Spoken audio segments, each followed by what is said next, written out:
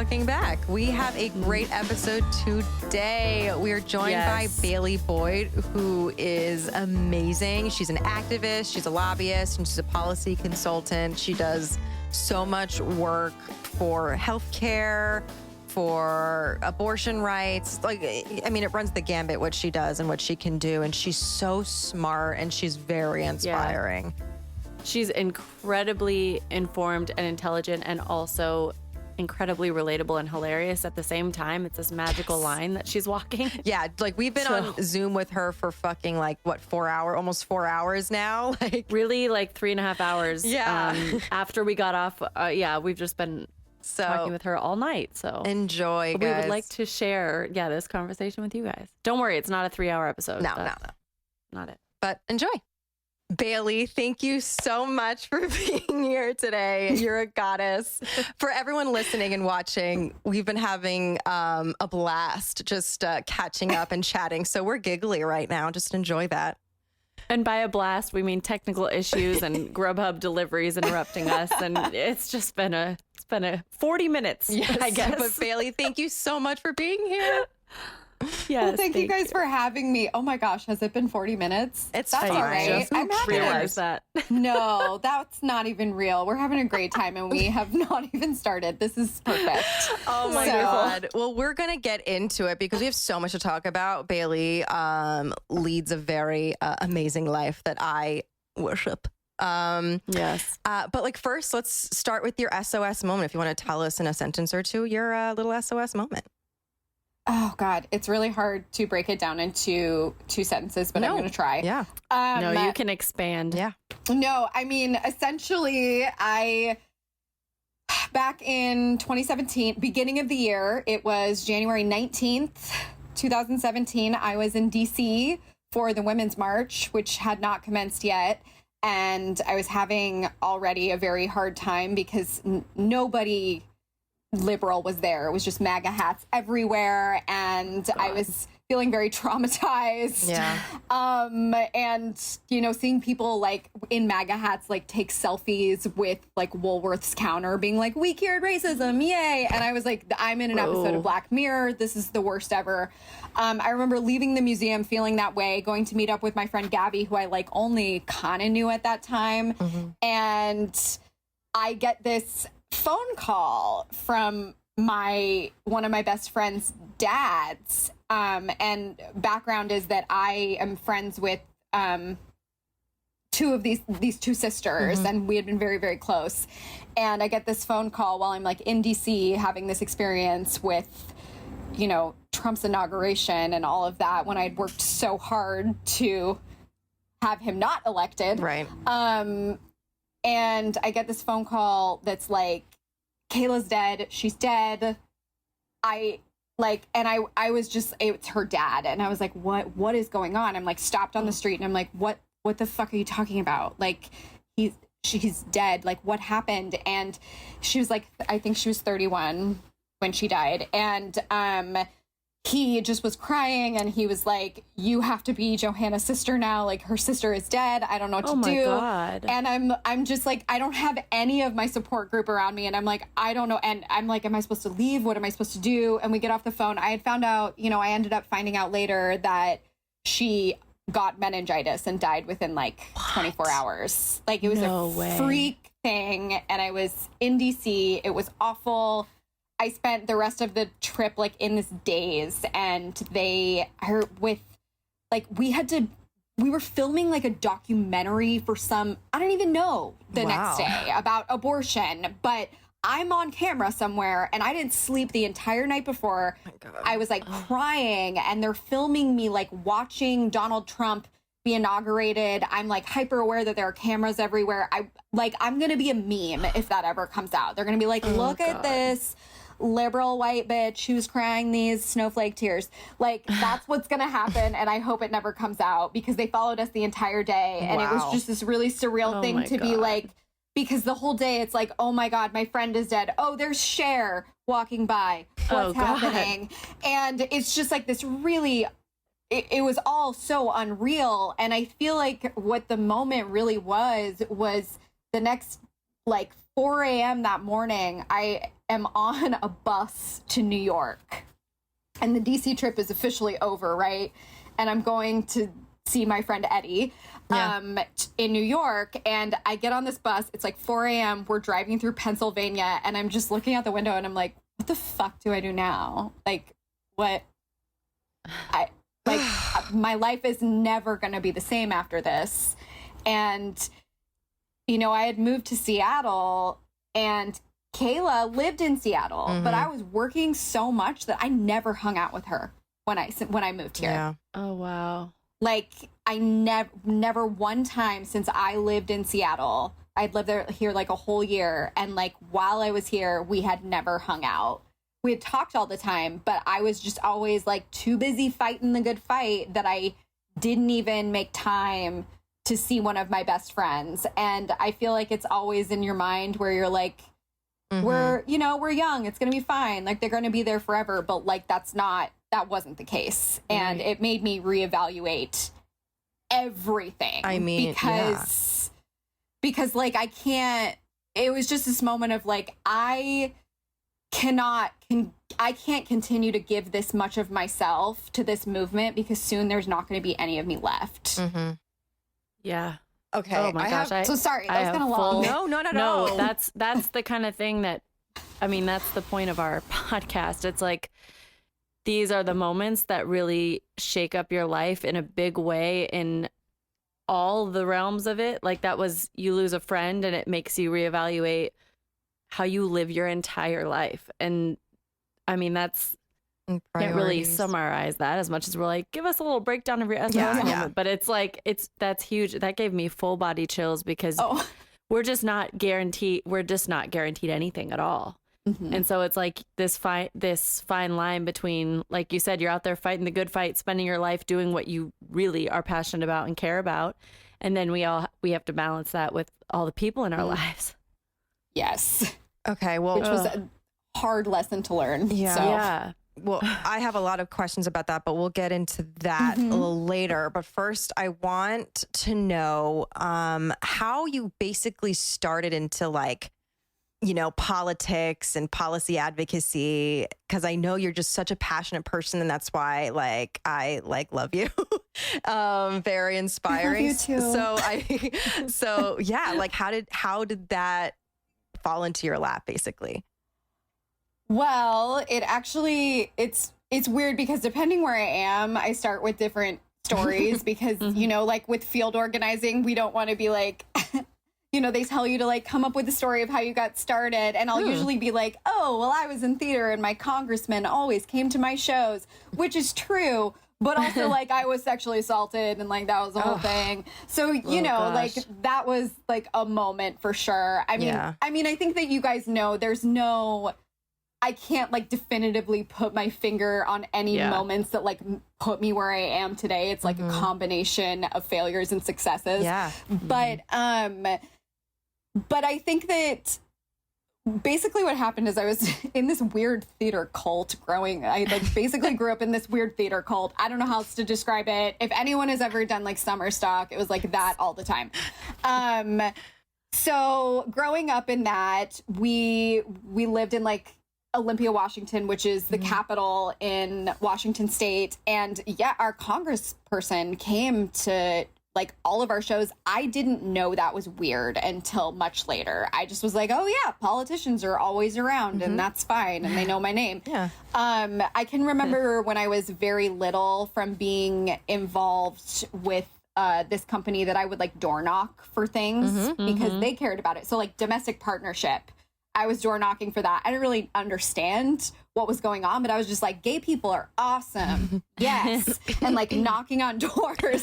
And I door knocked for Obama. I would like volunteer at like the demo burger stand, which was like the Democrat burger stand. I didn't even know that at the time. I just was like, these burgers are awesome and my friends are here. So like, I would say that this community theater environment actually had a huge influence on how I got into politics because like my dad's a Republican. I don't think I would have gotten as involved as I am if it hadn't started that young, being around all of these people who really cared about things. So I also was exposed to like, wow, like my friend can't get married. That's fucked up. Like, we should do something about that. So I was exposed to these social issues that I maybe would not have been exposed to had I not been a part of that. Fast forward at the theater, there was this guy and he was stalking me. And he put a video camera in my bathroom and dressing room, and the secret one. And this is like a very long story for another day because it could take like an hour to tell it. But essentially what ended up happening was, it went to court because it was in a public place, and I did all the things that you're supposed to do. I like called the police. I had never had sex at that point. I think I was like 19 or 20. I had never had sex, like nothing. And I was all of your like perfect victim things. And also it was on fucking videotape. Like everything was on videotape. And I still in the courtroom experienced some like really awful sexist things. And that is when I feel like I came to this moment where I was like, this is not how this should be, and I need to do something. Wow. I mean, it actually probably, I would say that it took me a little while to get to that place, because for a while I was just like, oh my God, that was so awful. Like, for example, one of the things I'm talking about is that, like, they submitted all of the videos as evidence. So then, like, they were just played in the courtroom. Oh, God. Like, naked videos of me just, like, putting a tampon in, whatnot. Oh, like, just God. on a huge screen that took up, like, half the courtroom. And I had, like, no support system. It was a total mess. And I had people just asking me constantly, like, it was on the news, everything. It was... Oh, my God. It was really awful. Excuse me. And I got to this point where... I mean, I was a total mess. And then I think like a year later, I found Jessica Valenti's Full Frontal Feminism, the book. Yeah. And as I was reading it, because I feel like that's a very good like intro to feminism book that like we should provide for all girls before they go to college. So that it's like, this is what this looks like. And this is how you know that you're not doing anything wrong. And that men are terrible. But... essentially, I was reading it and I was like, yes, this is what I've been feeling, that I haven't been able to put into words, all of these things. And then after that, it was like game over. I just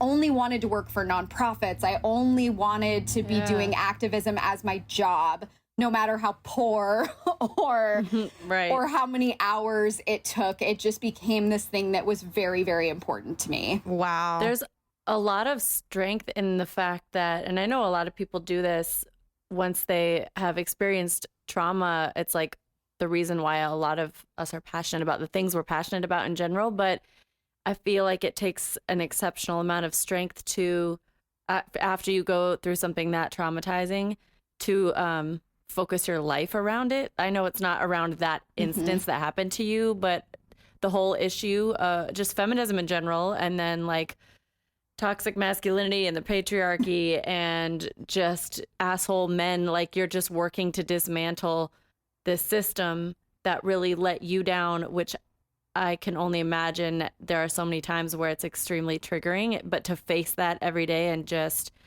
I know a lot of people do this, but I also know a lot of people, go through something and then for good reason don't want to ever have to think about it or face it or deal with the system that did that to them ever again. And so I really admire you a lot for what you're doing. Yeah. It also was this thing though, where I feel like when I finally realized, I was like, oh, I have to do this. Like I had this moment where I was like, I have to be ready, because we were trying to get some legislation passed in Olympia to make it so that sexual assault protection orders didn't have to be renewed every 2 years, because that's how it was. So you 2 years? What? Yeah. So it's different. It's different everywhere. But unless it's like a federal order that says 5 years, or if you're a minor, in which case it can just be forever. But locally it was domestic violence every year. That's still the same. And then, oh my God.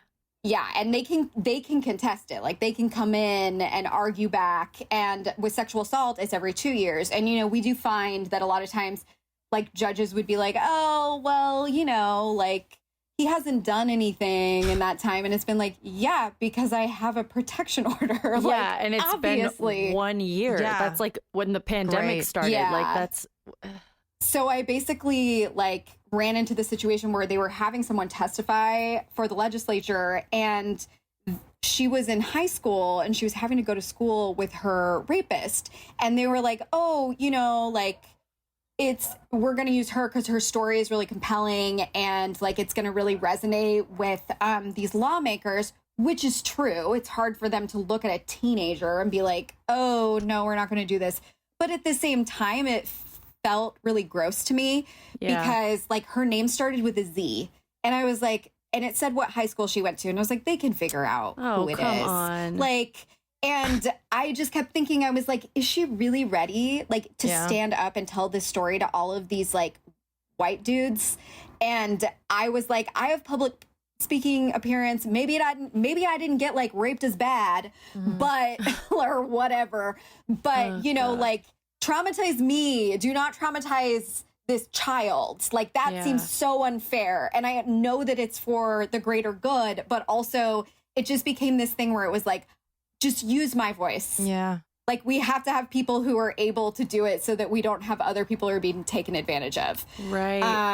And that became a thing that informed a lot of my work with getting people to do story sharing, because I do think it's very important when we're having people share their stories that are often very traumatic, you know, whether it be like abortion or being homeless or losing your health care, whatever it is, you need to take care of those people. It's not fair for you to go in and be like, tell me a really traumatic story on this microphone, and then I'm going to just like send you home and never talk to you again.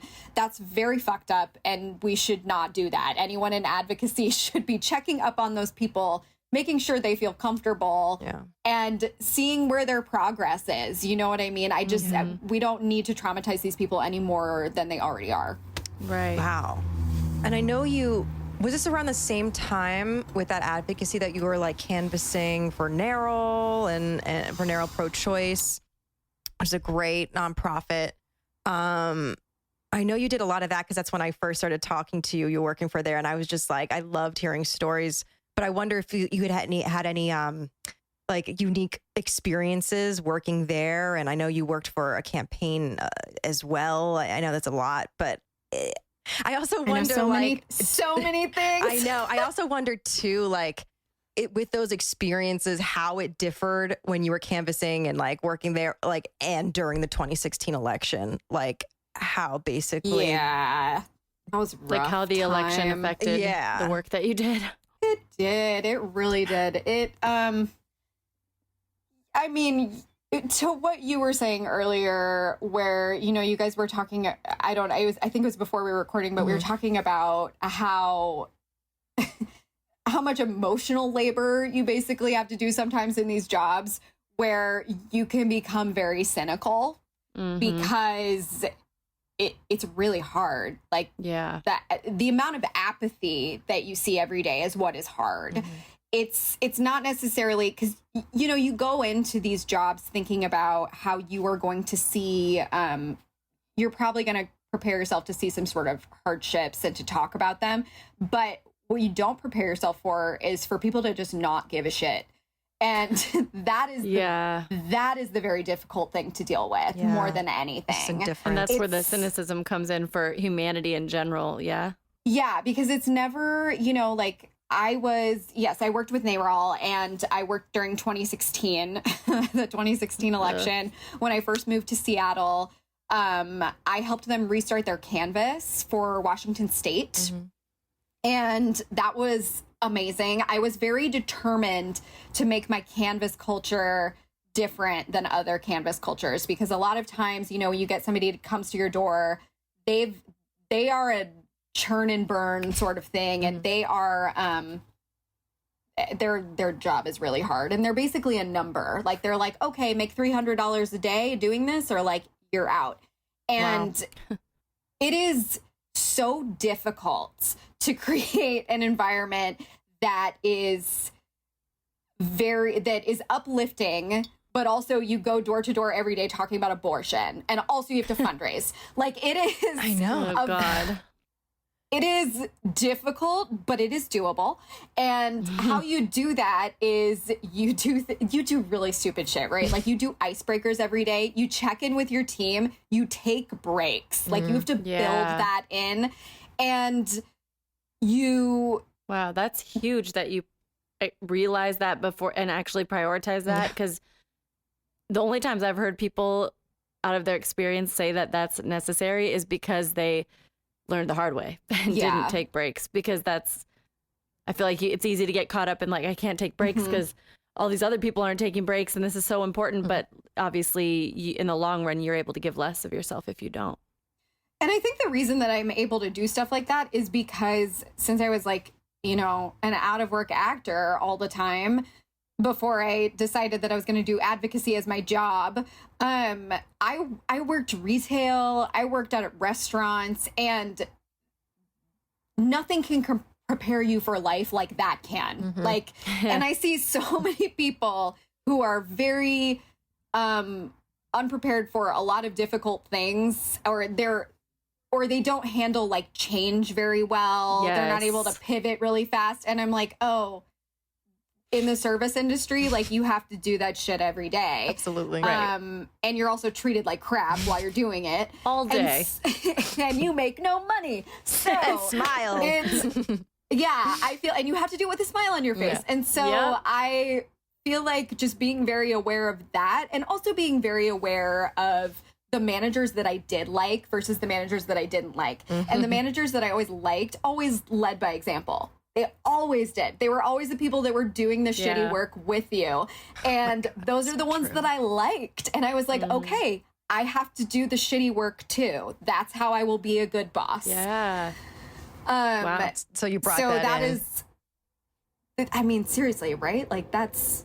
I wish that was just common knowledge. I don't understand how it isn't. It makes it's so logical, but I really truly believe that, again, you're in the minority in terms of taking on a leadership role, and previously, like prior to accepting that role, you're actually examining like, what does it take to be, who are the kind of leaders that I like, that should be common sense. But obviously a lot of people don't do that. Nope. And like take the fall for your employees, like you are the shield, that sort of situation. I mean, I will say that like not everything I did at NARAL was perfect. I definitely like needed to learn at that time to delegate better, because I did end up burning out because I worked constantly, even if my team didn't. Like I lived at that office. But especially working during 2016 though, it just felt so important. And I was constantly there.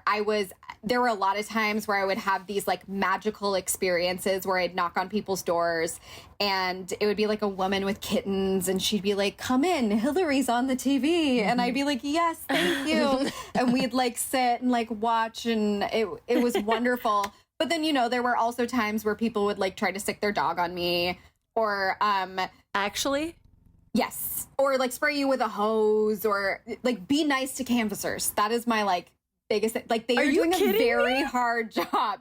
Yes, and I'm in Seattle, so like it is hiking. Like we live on hills. I'm just like hiking every day in the rain, going to your house, inviting you to participate in democracy, and you're like, fuck you. Like, oh my God. Which is it was normal to me if it was like a Republican. Not that anyone should ever do that, but it was really hard when it was somebody who was like, oh, like they have a Planned Parenthood sticker on their car. Right. They've got like a Bernie sign in their yard. And then I'd get to the door and they'd be like, oh, we're mad that it's Hillary. We're really liberal, but we're mad that it's Hillary. So like, we're not going to help you at all. And there were a couple times when I actually brought up the Supreme Court, and I was like, this is important because of Supreme Court nominations. And I am not kidding you. Like some dude literally was like, that's dramatic. I was like, is it? I'm going to find that dude. I'm going to go to his house right now and be like, am I dramatic, Brad? What do you think? Brad. Like, and here we are. Dramatic now, Brad. Fucking Supreme Court, like, and the Supreme Court, all the policy, the immigration issues, and the insurrection later, and here we are. Are we dramatic, Brad? Were we dramatic? Oh my God! Wow. Yeah, so I was gonna, my tiny lady brain just Right. That's Sorry, not I compute. interrupted you. Yeah, I was going to say, it's like, people like that would rather be right than have rights. You know what I mean? Like, it's just, let's understand where we're at right now. Yes, the two-party system's annoying, but like, hello, we are going to lose things. Yes. Yes. Wow. Yeah. After the election, we had this moment that I feel like you guys will appreciate, where it was the day after election, which, that was a sobering day. It was terrible. Yes. And it was very quiet, but Very quiet. Yeah. I was just going to say that. We still had to go to work, though. Yeah. So I'm like, how am I going to canvass? So we're driving in our canvas van to go canvass. And everybody's like kind of quiet. And I'm trying to like pump everyone up. I don't know what I even did. I think I was like, oh, if we do well, I'll like read a chapter from this weird romance novel that I found at a tiny library and it'll be funny. But they like, it's so quiet. And as we're driving on the highway, one of the girls is like, I need to vomit. And I'm like, oh, okay. She's like, I'm car sick. And I pull over. She gets out of the van and she is wearing like a pro-choice shirt and just vomiting over the side of the median the day after Donald Trump is elected. Oh my God. Oh my God. And I was like, here it is. This is the photo. This is 2016 in a This nutshell. is the moment. Holy fuck. My God. Oh my God. Yeah. I mean, I can imagine, like, it was dark and I remember, I cried. I mean, I cried a lot the last 4 years over random shit. And of course, like that was just how it was. But all right, so let's go back. Let's go back because I want to kind of understand your SOS moment a little bit more and how you dealt with that loss and basically how that kind of like, I don't know, restructured your life. Yeah. It's loaded. I mean, it's a loaded question. Yeah, I don't think I knew it at the time, but it did change everything. I mean, I definitely knew that nothing was ever going to be the same. But when I got back, I mean, I basically, even though I was still paying for my apartment in Seattle, I slept on my parents' couch for like months. Like, I was like, I got to go home. Like, I don't know what else to do. And so I went home. And I slept on my parents' couch for months. And then I decided, I was like, I need a break. And I started working at a restaurant.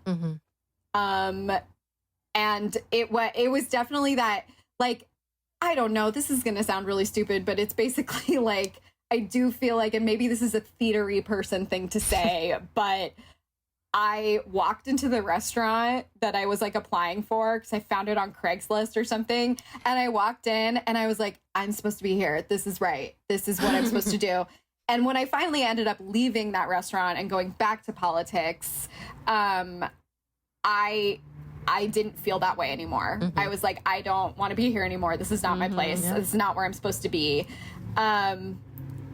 And I honestly, like, I'm really glad that I took that break to reevaluate and just kind of be a mess. Because like I said before, I don't think that I would have done a good job.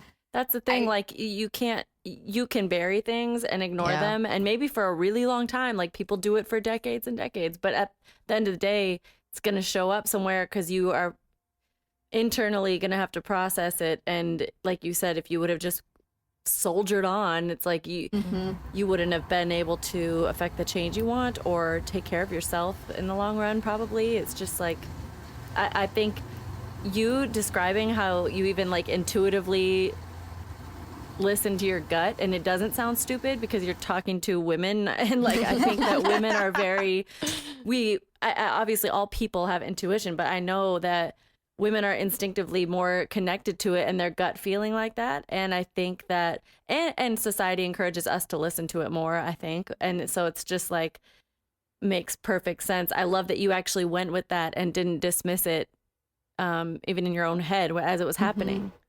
I mean, important. I didn't dismiss it, but that's not to say that I didn't feel like a total failure, because I did. Right. I feel like something that I've had to work on a lot throughout my career has been that I associate a lot of my self-worth with my work. And that has been something that I have had to try to combat, because it's not true. And I know it's not true. And if I were giving advice to someone, I would say, obviously, that's not true. But that doesn't mean that I don't feel that way. Yeah. And taking my own advice is often very hard. And so it was also like fighting that instinct where I was like, because then you do this, you're like, oh, I'm going back to just being a server. And I'm like, but I love all my server friends and like they're awesome and badass. But like when I'm doing it, it's a failure. But when they're doing it, it's awesome. Right. This is so fucking true. It is. But you know, it's also like you, especially with the work that you do.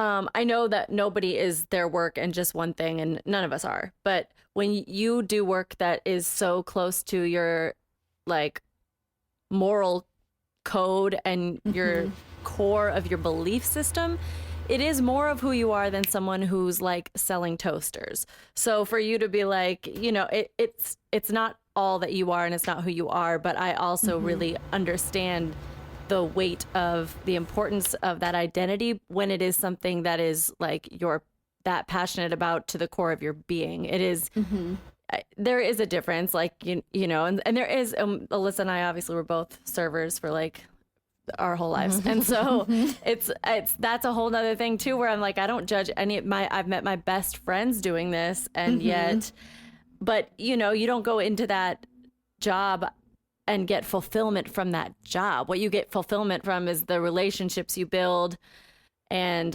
you know, the people, the interactions you might have, but the actual job you don't. Whereas your career that you're talking about, you know, I'm sure get fulfillment from what you do and the people you do it with.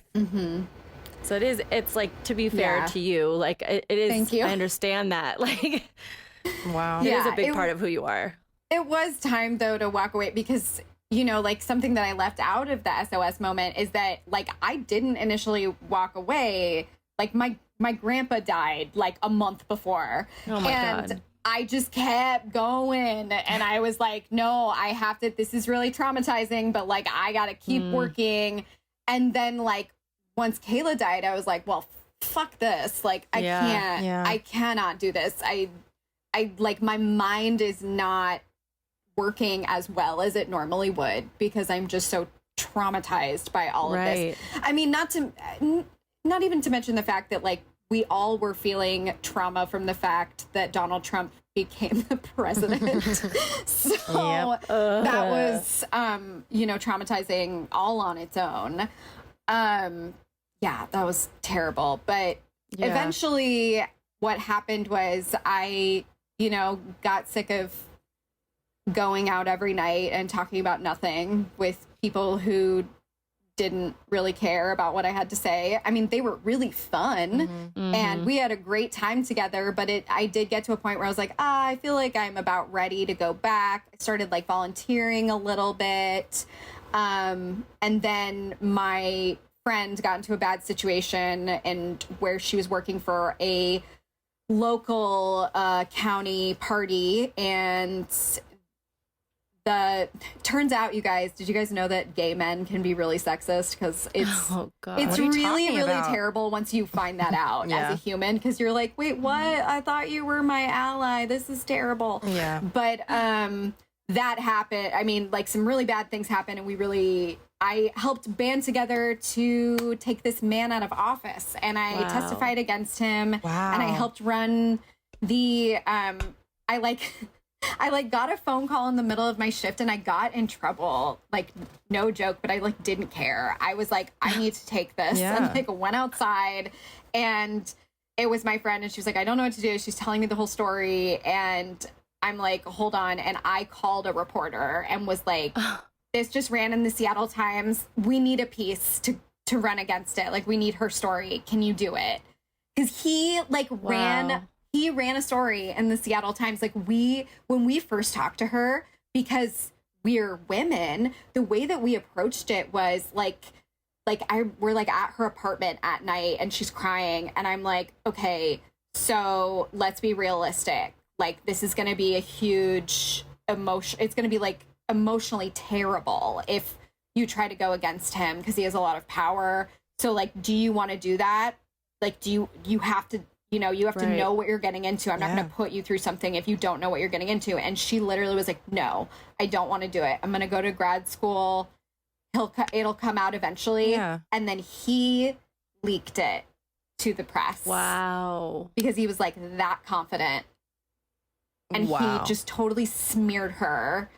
And so then after that, I was like, oh, fuck this guy. Yeah. And as soon as that article came out, I like walked out of work. I called my friend who is a reporter and is delightful. Everyone support Erica C. Barnett. She's amazing. She just wrote a book too. Actually, it's right next to me. Oh, nice. I'm literally gonna show it to you guys. Please. It's Quitter, a memoir of drinking, relapse, and recovery. And she's amazing.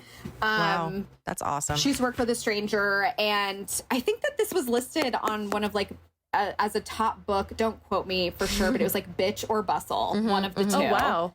Of the year. Wow. But anyway, she's fantastic. I called her and I was like, please, will you do this? And she was like, yes. And then we all were on the longest ride of our lives. You would not believe how long it takes to get like a man out of like a tiny position, like a position that does not matter. How long did it take? Yeah, like literally how long? It took months. God, I think it took like 5 months or so, like of meetings, like of going, or maybe longer, where we were going to these meetings every day.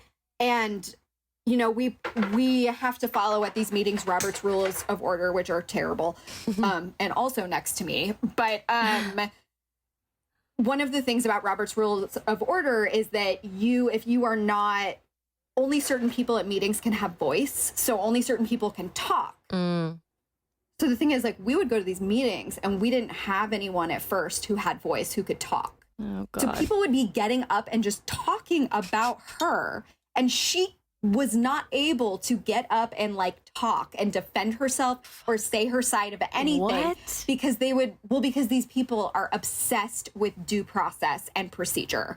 So sometimes there's so much like, and yes, due process is important, but also like sometimes due process is put into place to silence the voices of other people. Yep. And that is what was happening in this situation specifically, is that like because he had the gavel, like he could talk whenever he wanted. She couldn't say anything. So finally I was like, no, we're going to the media. Like they're not Is this letting like the talk. 1800s? Yeah, it's so. Yes. Yes, it is. Yes. It's terrible. So anyway, that's how I got back in. Then I started managing campaigns after that. Wow. Was a field organizer for the Democrats, which, by the way, the field organizers who come to your door, they don't get days off. They get 0 days off. Love. For, Great. like Wow. ever. Great. Ever. So like be nice to them. Give them a granola bar. Food volunteers are the best who bring food, because we were in like downtown Seattle. So we only ever got like people's old Halloween candy. And I was like, can you just bring me like a protein? Oh, God. I've been sleeping here for days. Just bring me some salami and goldfish. Yeah. So, and I met like the best people I could ever ask for. And then I finally, after all of that, I was just helping out my friend's organization, Alliance for a Healthy Washington, on healthcare issues. Was kind of like, what do I do next? Because the thing with campaigning is like, you're like, go, go, go, go, go, go, go. And then it just ends. And you're like, what do I do with myself? Yeah. So then you like ballot cure. You're like, okay, who has difficult races that like they're only losing by like 10 ballots. And then you like go to those counties and you do that. But then it's all done. Wow. And you're like, I don't know what to do with my life. That's stressful. And it's not sustainable. So I decided to get into the official side of things. And now I work for a lobbying and political advocacy firm that is based out of Seattle and DC. I'm the only woin, So which is weird. crazy. Problem. But I actually like, this is really, I'm not in the habit of complimenting men.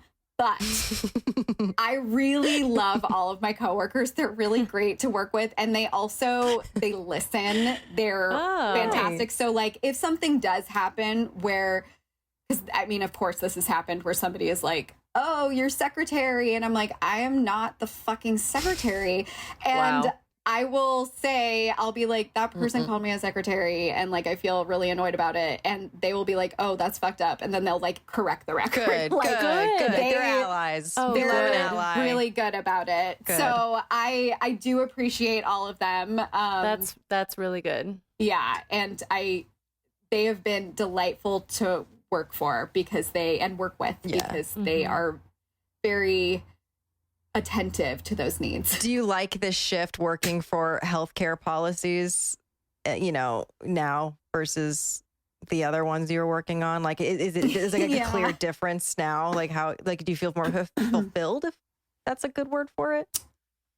I feel like my work-life balance is a lot better. I feel like campaigning is an addiction for me. I love it. And a lot of my other friends, my friend Garrett, he lives in the apartment downstairs, and his wife once asked me, she's like, I don't get it. You guys are always tired. You look strung out. You don't make that much money.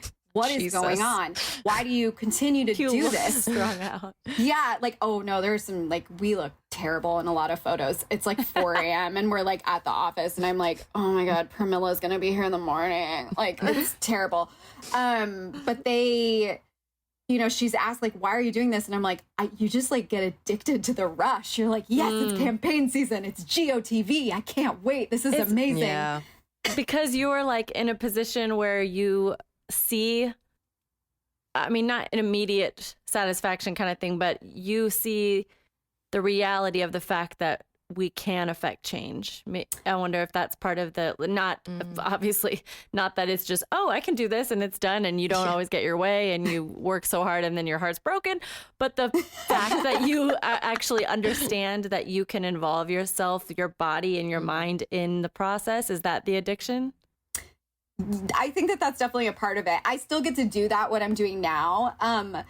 The hustle is like also this part of it, though, that you don't get to do in these other jobs. Like, the hustle is not the same. When you are a field organizer, you are like, okay, I gotta make 200 phone calls today starting at 4 p.m. And you just like go.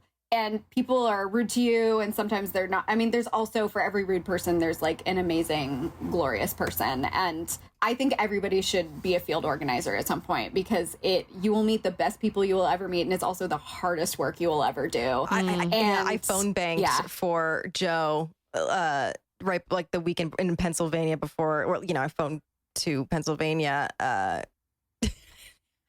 I was exhausted after like an hour. I can't even fucking imagine like people screaming at me, threatening to vote for Trump because they're obviously everyone in Pennsylvania was getting like an enormous amount of calls. And I'm like, okay, goodbye, thank you. I'm just like, oh my God, imagining doing like with Stacey Abrams and like I can't even imagine like the blood, sweat, and tears of it all. You have to think though, because if you get in this scared sort of, and I will tell you, I like to knock doors more than I like to phone bank. I like to like be at your house, and people often will say to me, they'll be like, oh my God, but like, doesn't that feel intrusive? Like you're intruding on their space. And I always am like, no, I am coming to their door with empathy, inviting them to participate in their democracy and do their civic duty. I always pick something that makes me feel good about the house, where I'm like, oh, look, that's a cool flower. I love that flower. I love that door. And then that way I'm like coming to even if I just had like a really terrible interaction, I am coming to the next door feeling good about it and not thinking about what just happened before. Right. Because otherwise they're going to feel that, you can feel that nervous energy there. And that is why, I mean, it doesn't matter what you're canvassing for. I will always let you use my bathroom. I'll be like, I'm not Mormon. Do you need to use the bathroom?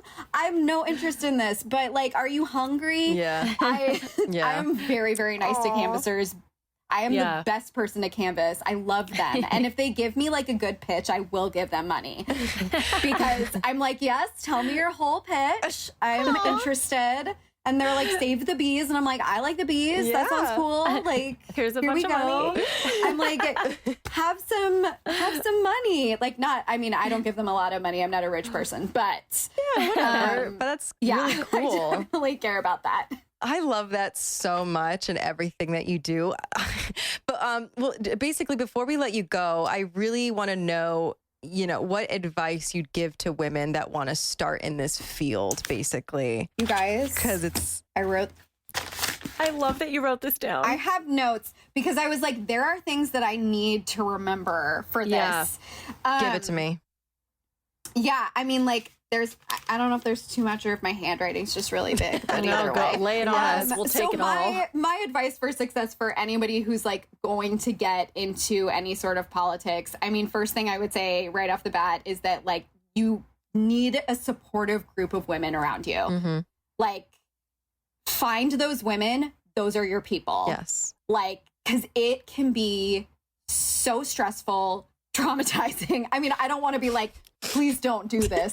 Please do it. But I have just seen so many people, come out of college and they're like bright-eyed and bushy-tailed and they are ready to get the work done. And then within a year, they're like, fuck this. And then they leave. And they never come back. Yeah. And it's because of this culture that we're trying to dismantle. But a lot of places still do have this churn and burn mentality where you are working every single day and you are working insane hours. And you also have to put up with not every candidate is terrible. I would say that usually every candidate has like one terrible thing about them, but sometimes you'll run into someone who has everything terrible about them. And you'll run into someone like that where you have to like, you have to like be their bitch essentially. And they're like, go get my dry cleaning. Like, I won't do call time if I don't have a Diet Coke on my desk. And you're like, Ew. I'm sorry, princess. Like, what? And then you have to remember that they're running against like a rapist. And you're like, okay, I'll get you a Diet Coke. You're better than that person, I guess. So anyway, we like a lot of the people who just get out of college end up getting those jobs and then they never want to come back.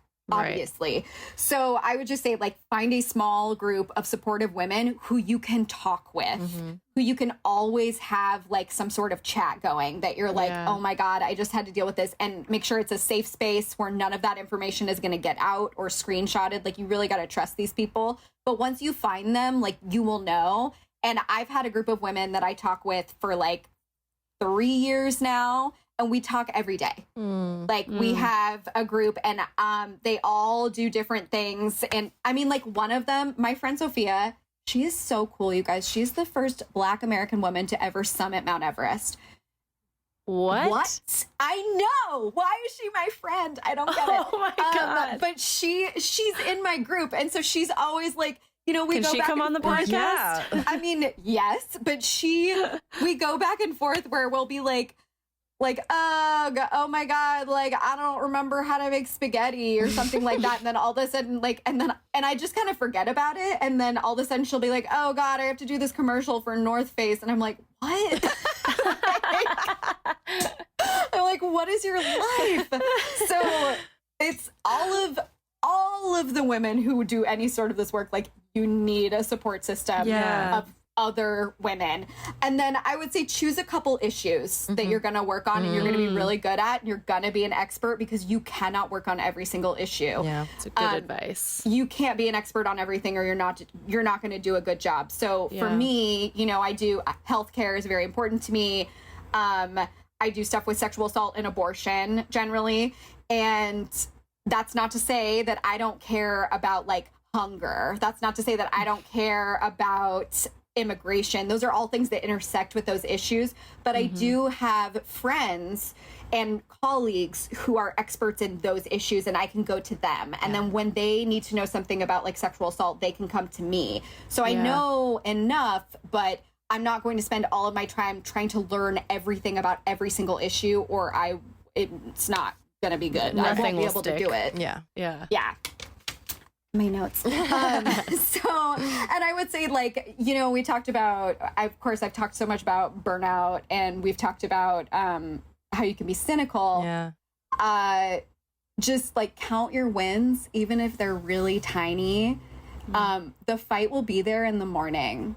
Like, it's if you need a moment to sit and mourn something shitty that happened, or like if your candidate loses, if like something really terrible happened with the Supreme Court, like, take a moment and then go back to it the next day. we do say, I don't remember who first said it, but there is that classic mantra that's like, don't mourn, organize. And I do feel like that's true, but you can take a day off. Yeah. It's like the don't boo vote reminds me of. Right. Yes. Be a field organizer. They do it at some point. Door knock. Those are the people who do the most work. I don't give a shit about the people who are like running for office who have never knocked on a door. Don't care. Like, go knock on your neighbor's doors. I don't care. Lead by example, which I talked about before. So don't give them a task to do that you would not do yourself. You're not better than anyone. Yeah. You're not. Yeah. And if you get into a space where a lot of people want to talk to you and they have a lot of grievances or they want to like air something, and you need to set boundaries early. This happens a lot with women who run for office. I find that all of a sudden they're taking all these phone calls and they're getting all these emails and things, and they don't set up these office hours early. And then what people think they can do is they think that they can call you whenever and that they're just entitled to your time. And this applies to like staff members and everything across the board, but like set up a calendar where you're like, oh, okay, you'd like to talk to me? I have 30 minutes available on this day. You can schedule it then. Because if you don't do it and you run into this situation where you are like being bombarded with people who are talking at you and not valuing your time for hours and hours and hours, it's really, really hard to get them to stop. Yeah. Whereas if you just like make it the thing right at the beginning, like, this is not how I work, you are not entitled to my time, then you're way better off. I've seen it happen way too many times where people just get, like, people are just calling them constantly and being like, I had this tiny thing happen and I'm really annoyed about it. Now I'm going to talk forever. And it's like, which no, they wouldn't necessarily do to a man. No, of course not. That's not even a question. But yes, it definitely happens to a lot of the women that I work with. Wow. Yeah, I have a playlist. That I play before I go to any meeting. It is a playlist that is just like, it's like Demi Lovato's like Confident and stuff like that I listen to before every meeting I go to. It doesn't matter how small the meeting is. I'm always like, okay, I'm going to a meeting full of men and this is what I am listening to before I get there. Puts me in the right mindset. And then know when to admit when you're wrong, or know to admit when you're wrong. Like that's, I feel like that is so important because accountability. We can see with a lot of even politicians at like the top, at like so many times I look at them and I'm just like, who is your media person? Just say you fucked up. Also, who are your parents? Also that. But even in small situations, like, I mean, be open to other people's opinions because you expect them to be open to yours. This isn't to say that you should like listen to trolls on the internet. Like, no. But you know, like once I was at this get together and this woman made a comment about a picture she saw of me. She didn't realize it was me. And she was like, oh yeah, that girl looks so slutty. And then I was like, that's a picture of me. And then she was like mortified and she came back and apologized. Thank God. But like I was like, yeah, that's me. And we now are friends and it's okay. We had a conversation about it, which was a growing moment. But I would not be friends with her and would not work with that school board director if she had not come back and apologized. We all have our moments. Just own up to it. So don't engage with devil's advocates, online trolls. Like, what do you mean? I have to. Yes, like unless you feel like you have the emotional space for it and you want to do it. Like, exactly. But they, you know, like it's not your responsibility to explain something to them just because you inherently understand it. That's not how that works. They have Google. Just so you can end the night fuming while they're just at home chilling still. Exactly. Yes. And you're just like, I used to get messages from trolls all the time that would just be like, I want to debate you on abortion. And I'd be like, what? What am I getting out of that? Yeah. Grow a uterus first. Yeah, it's like, and then also no. Yeah. Also, why would you go to the person that's like actually working, like cares about this issue so much that I'm actually working in it, and then they're like, this is the person. I'm like, no, go to you want to convert someone, go to someone who's like on the fence. Yeah. Like, Right. you're not going to change my mind. Not that I'm giving advice to the other side. But, don't put anything online that you don't want screenshotted. Oh, yeah. Yeah. And put on a lit piece or coming back to bite you. Don't do it. Just don't do it. It'll happen. Like, you have to picture everything. If you want to run for office, especially before you post anything, you have to be like, what would happen if my opponent saw this? Yeah. Like, would they put it on a lit piece and send it to everyone in my neighborhood? Yeah. Just like, be smart about what you post. That's not to say, like, I still post things that are arguably pretty slutty, and I don't care. But like, this is for not sure like could never run for office anywhere ever. like, not a sex shaming thing, anything like that. More like maybe don't post, about buying dildos on Amazon. Right. This is a real life example. Because we're sex by the positive, way. but your my God. opponents won't be sex positive, and they will spin that as they will. Yeah, but like, I don't care about what you're wearing. Right. Like, whatever. That's stupid. But like, just maybe like, if you're planning on running for office, like in the year, like, don't post that, because like, it's just not. It might turn some people off. I don't know. I also don't Just care. a Like, thought. buy your dildos on Amazon. Like, I don't really care. I just maybe don't tweet it if you're gonna run for office. Yeah. So if you're this is a big one. If you're new to the world of politics, you're like interning, and you come out, and then some male politician who is very important comes to you and says, wow, I want to talk to you about your career. Let's get dinner, blah, blah, blah, blah, blah. Let's get drinks. The answer is no. The answer is no. The answer is no. You can get coffee with him in a well-lit area. Like, do not go to dinner. This is not to say that all men are terrible who work in this space and make you afraid of all of them. But like, if you don't know them, don't do it. It's the same as it would be with anything else. I don't care if you've seen his face on a fucking yard sign. Do not do it. You don't know that person. Yeah. Yeah, go get coffee and talk about your career, and make sure that your conversation is very work focused. I wish that I just wish that was not the case, but it is. Yeah. Oh, yeah. And like I said, I work with a lot of wonderful, charming men who would never be terrible, but there are some really terrible people out there. So, who get obsessed with power and are elected by their community and are just schmarmy and gross. And who are oftentimes also charming, which is why they get people. Yes. And then, yeah, if you want to run for office at some point, like, take an improv class. That's Such good advice. 100%. Take an improv class. You have to, like, because you have to learn how to speak. You have to learn how to, like, use your diaphragm and say things on the fly. It doesn't hurt to be funny. The improv class will be very awkward for you, but it will be worth it. Take an improv class. And then, that's not that important. Never mind. We're going to skip that one. But listen, that's like the biggest one, I think. Yeah. Is that like, go and stand next to a person in a room that you don't know and have a conversation with them. Especially at these events. It's very easy to just get in your bubble and be like, oh, these are the people that I'm going to talk to and hang out with because I know them, but you're never going to meet any new people that way, and you're never going to discover any new projects. One of my best friends, Shasti Conrad, who used to work in the White House for Obama, but I met her. I know, she's so cool. She also worked for Malala. Like, what? Oh, wow. Can't. I know. Wow. She like texted me this one day and she's like, oh, I'm with Susan Sarandon right now. And I was like, I don't understand your life. Once again, like, these are people that hang out with me. I am not like this. My life is not like this. I'm in a small apartment with 2 cats, and I just work with a bunch of dudes from home. It's not that glamorous, but I met her because she was standing alone at some fundraising event that I was at.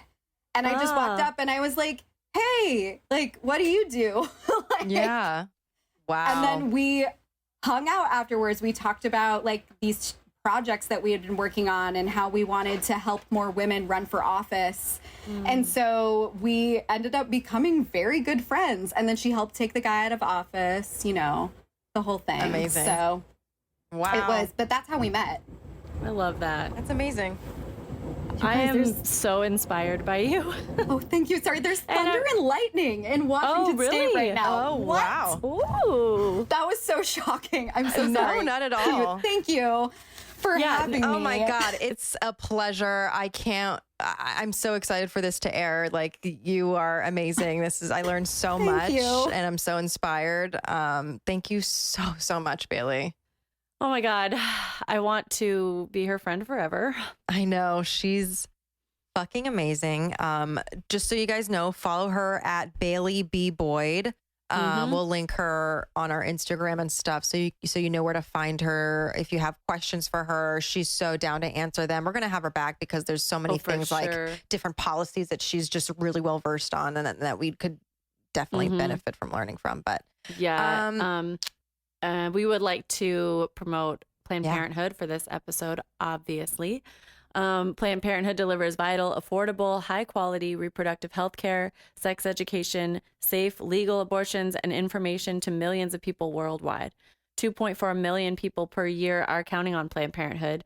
Make a generous tax-deductible gift today at PlannedParenthood.org or donate over the phone at 1-800-430-4907. And don't forget to follow us on YouTube, SOS with Molly and Alyssa. You can see all of our beautiful faces. And you follow us on Instagram and Twitter. I'm just like, beautiful faces. All right, let's relax. Follow us on IG, Twitter at the SOS Pod. Subscribe to us on Apple, Spotify, Google, anywhere you'd find your podcast. Subscribe, rate, review. It really helps us reach more people. Yes. Yeah. I'm Molly Cottrell. I'm Alyssa Rosano. And here's to turning meltdowns into magic.